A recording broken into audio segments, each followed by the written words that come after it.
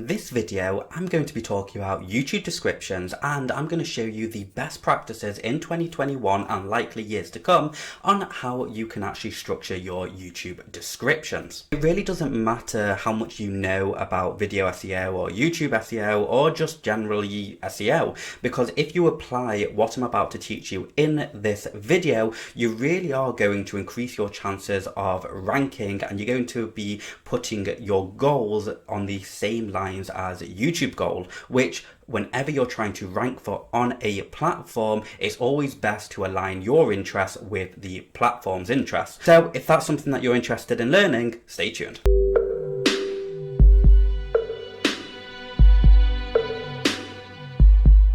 Now, before we get started, I just want to let you know that you will be able to download this PowerPoint by clicking the link in the description below. And you will also find some YouTube links, which is all about video SEO training and best practices and just updated information on how you can rank your videos or your business online pretty easily. So with that being said, let's jump into the PowerPoint.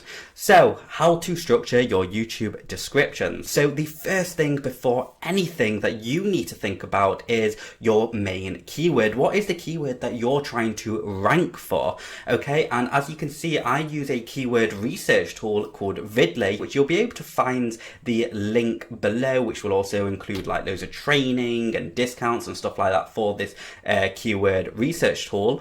But as you can see, I typed in fresh bread in this keyword research software, and what it's done is it's loaded a whole bunch of long tail keywords. And again, if you're not 100% sure what long tail or short tail keywords are, I've left another video all about that in the link below. But ultimately what it's done is it's found me a whole bunch of long tail keywords which might be easy for me to rank for and start harnessing all of that traffic, which ultimately is the most important thing when you're trying to do anything online, is making sure that when you're ranking your digital assets, you're actually ranking your digital assets which have focused traffic, which has somewhat traffic on it. So fresh bread, if I just try to rank for fresh bread, I probably won't get the rankings. But what you can see here, and one I've highlighted right here, which is how to store fresh bread. So let's say I wanted to now try and rank for how to store fresh bread. This keyword alone is getting around about 10,800 searches per month, which actually means, hey, this is a good opportunity. So now that I've figured out what sort of keyword I am trying to rank for, I can now move on to my next slide, which is the opening sentence of the description. You see, what most people do is they don't think the description is that important when it comes to ranking, when actually it's one of the most important areas when it comes to ranking, because the description is what YouTube is using and Google to understand what your video is actually about. Even though they do listen to the actual content of the video, the description really helps those rankings and it gets you indexed on Google and YouTube even faster. So making sure that you tie in your opening sentence with your main keyword is hugely important.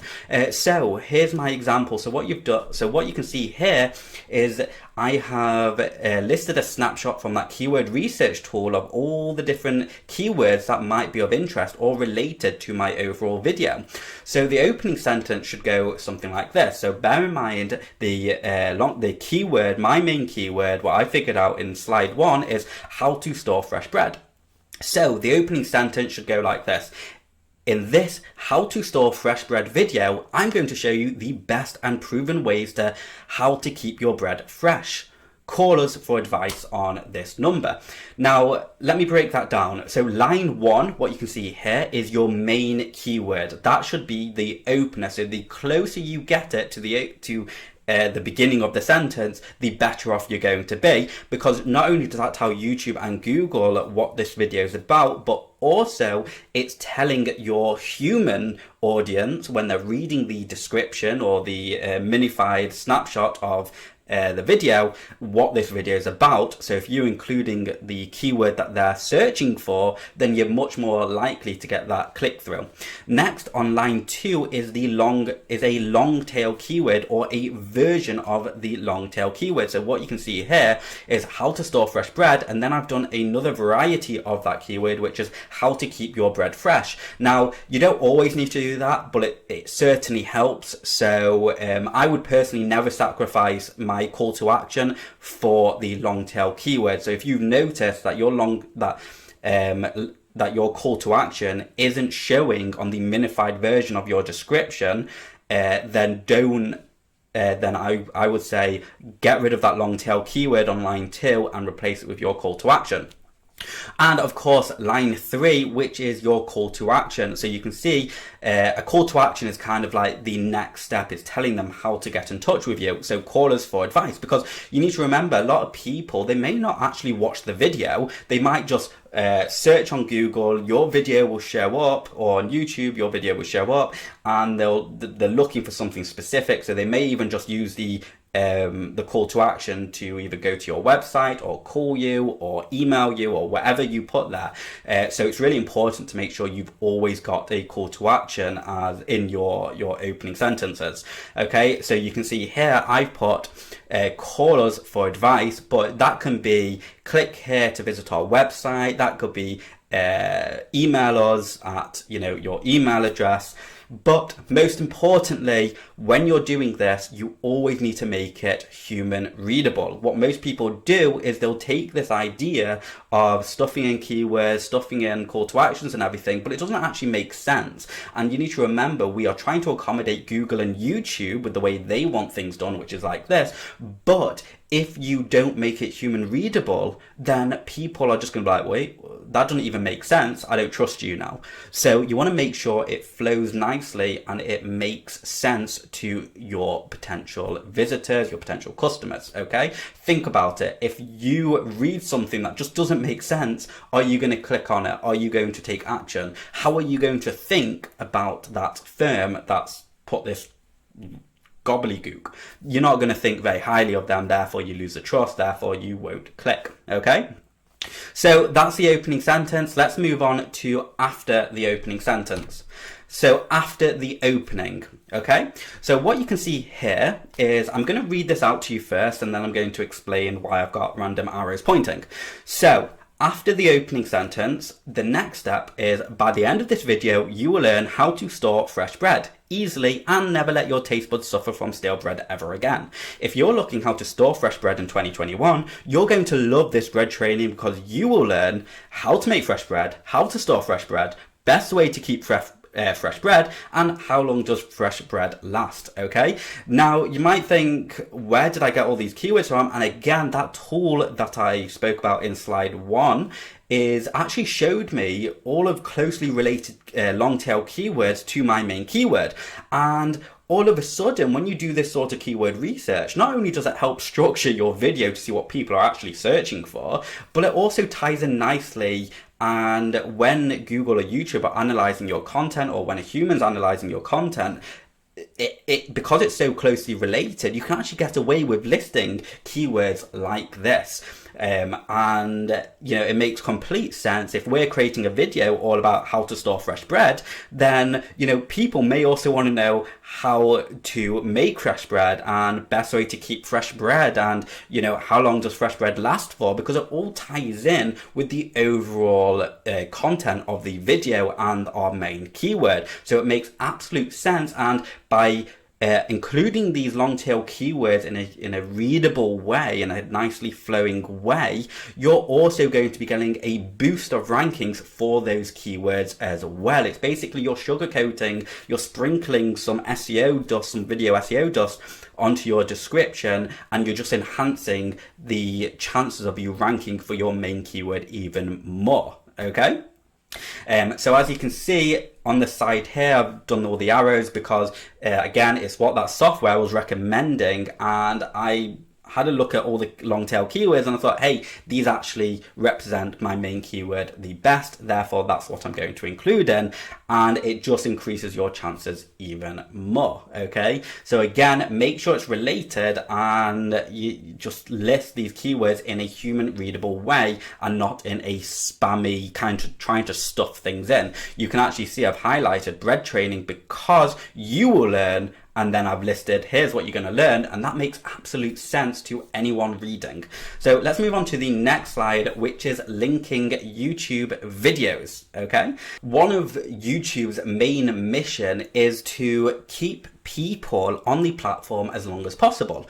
And if you're a content creator, because that's what you are, if you're listing videos on YouTube, you are a content creator, then if YouTube sees that your content is keeping people on the platform for as long as possible, then YouTube is going to reward you with more exposure. It's as simple as that. So a great way of doing that is by breaking down your content and creating videos for as many relatable keywords according to what you're trying to promote or your talk about as possible. And a great way of doing that is if we take the breakdown of those other keywords, those long tail keywords that we found. So because you will learn how to make fresh bread, how to store fresh bread, etc., etc., you create a video all about those topics and then link it in your video. Then not only are you going to have a targeted viewer who's generally interested in this sort of things, but you're going to encourage them to stay on your channel and to click on your videos. Therefore, you're recycling your viewer, you're getting them to basically stay on YouTube as long as possible about content that they're actually interested in.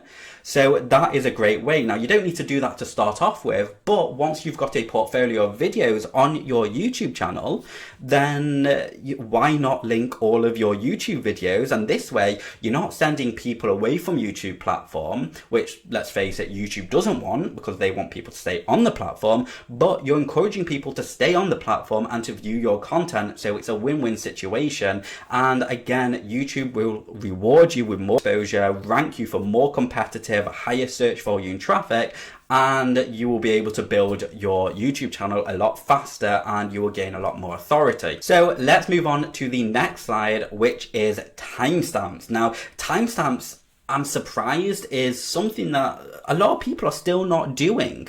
And the reason why I like timestamps is, number one, on a mobile device, it will show something like this here. And it's timestamps are basically chapters of the video. So, as you can see here, intro 0:00. So the intro starts from 0 seconds of the video. Okay, so this would become hyperlinked and people can click that and it will jump them to that section of the video. Then at, let's say, 30 seconds in, how to prep your bread.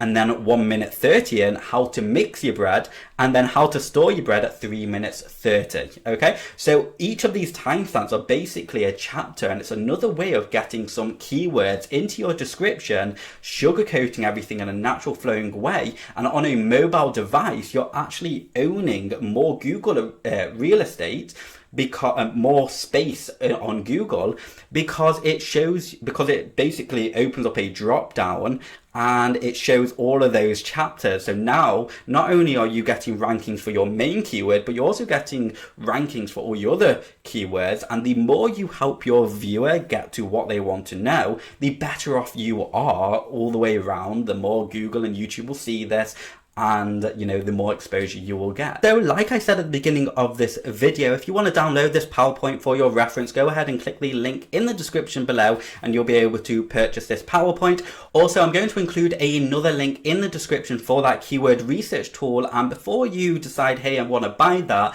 go ahead and just look at some of my training, because I've got tons of training about how a local business can rank and all of that good stuff. And it's always best just to do your research before you purchase things. So you'll be able to find all of that information below. Now, in the next video, I'm going to be talking about the myths of growth when it comes to YouTube and about what you should be focusing on rather than what most people focus on, okay? Because the growth really isn't what most people believe it is, and I'm going to cover all of that in greater detail in my next video. So if you are not a subscriber to this channel, make sure you hit that subscribe button because I release almost daily videos all about video SEO, YouTube SEO, how the individual or the business owner can grow online. And with that being said, we have come to the end of this video. Thank you so much for watching, and I'll see you next time.